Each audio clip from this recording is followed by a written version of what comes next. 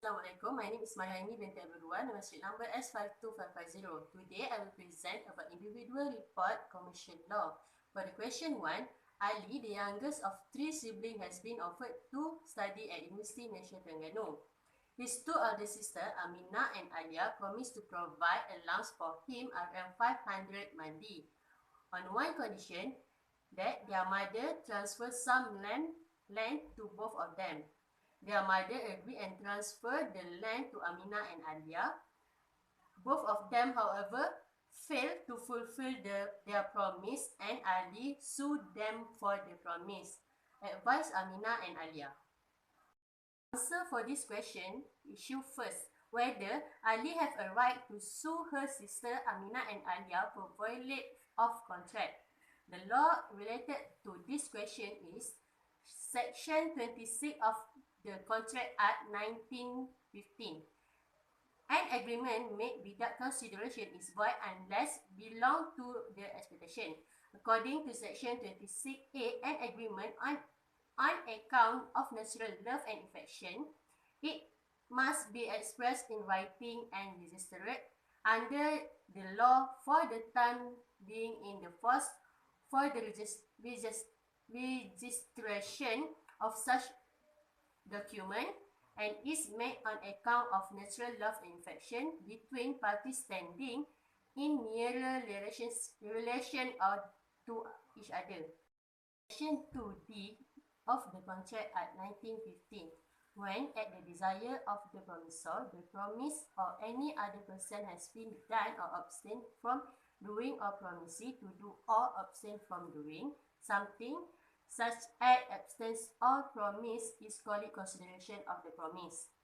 However, consideration may be viewed as a sort of bargain or price which one party pay to buy the promise or act of the others. When the promiser and promisee to do or obtain from doing something, the promisee must pay a price for it. The price to pay may be act and or abstains, or a price perform future act or obtains. Case that related to the question is Hentaka Cinaya Viveri Katara Maya. In this case, a sister agreed to pay an annuity of Rs 653 to her brother who provided no consideration for the promise. On the same day, their mother had given the sister some land stipulating that she must to pay annuity to her brother. The sister failed to fulfill the promise and her brother sued for the annuity. The hell of this case, she was labelled on the promise as there was a valid consideration for the promise from her mother through, not from the promise. Application on this question. In this case, Ali's sister promised to give allowance for him around 500 mandi if their mother transfer land for them and their mother give it to them. However, they failed to fulfill the promise. It's happening because only the mother, Amina and Alia, provide the consideration, whereas Ali did not provide any consideration. According to the Section 2D of Contract Act 1915 and the case of Gentaka Cinaya v. Kataramaya, consideration can be moved from promise or any other person. Even though Ali did not provide any consideration, the agreement is still valid. Conclusion, Ali have right to sue her sister for violation of contract if they fail to give RM 500 money. Is question 3. Lily sometimes suffered from mental disorder, which caused her easily to hallucinate and unable to think rationally. On one day, she entered into an agreement with ABC Ltd to sell her 10-story office building for RM 1.5 million. The current market value of the property is RM 15 million. A week later, she realized that she would suffer loss due to the contract. She wished to know whether she could challenge the validity of the contract. Advise Lily. The issue in this question is whether the contract entered into by Lily can be invalidated on the ground then she did not have capacity to enter into the contract by the reason of her recognition. Law related to this question is Section 10, 11 and 12 of Contract Act 1915. Section 10 of Contract Act state, agreement are contract if they made by the free consent of parties competent of contract for a lawful consideration with lawful object and are not hereby expressly declared to be void.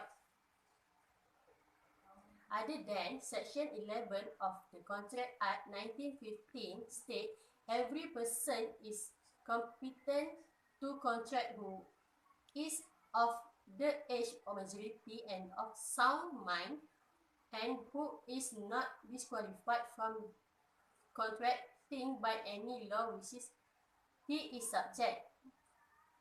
Section 11 is followed by the Section 12(1) of Contract Act 1915, which provide that a person is said to be of sound mind for the purpose of making a contract if at the time when he make it, he is capable of understanding in it and of forming a rational judgment to its effect upon his interest. Further, by Section 12(2), a person who usually of unsound mind but assertionally of sound mind may make a contract during the period when he is sound. Lastly, by Section 12(3) of Contract Act, a person who usually of sound mind but assertionally of unsound mind may not make a contract when he of sound mind. First case related to this question is CF Empire Loan Co. v. Stone, 1892. In this case, the rule had in the modern time been relaxed and unsoundness of mind would now be a good defense to an action upon the contract. If it could be shown that the defendant was not of the capacity to contract and the plaintiff if knew it.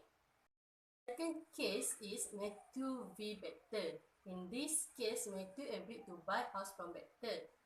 He was so drunk as not to know what he was doing. Afterward, when sober, he ratified and confirmed the contract. It was held that both of parties were bound by it. The Contract Act 1915 does not state the status of contract into by the person of unsound mind. Under English law, the contract is voidable if the fact of mental disorder or intoxication can be proven and the other party know this. Thus, the drunken person can ratify who sober as in the both of case of Matthew. Application of this question is by this question. According to the Section 11 and 12 of Contract Act, Lily was unfit to the contract. It's clearly valid and voidable. It is happening because she sometimes suffered from mental disorder, which is her easily to hallucinate and unable to think rationally. When she entered into an agreement with ABC to sell her 10-story office building, Lily do not understand and lost due to the contract. There are possible that she could voidable the contract. On Lily's situation is it may thus be concluded that if Lily was indeed of unsound mind at the time of entering to the contract and ABC LTD was aware of the contract could be void by the Lily. That's all from me. Thank you.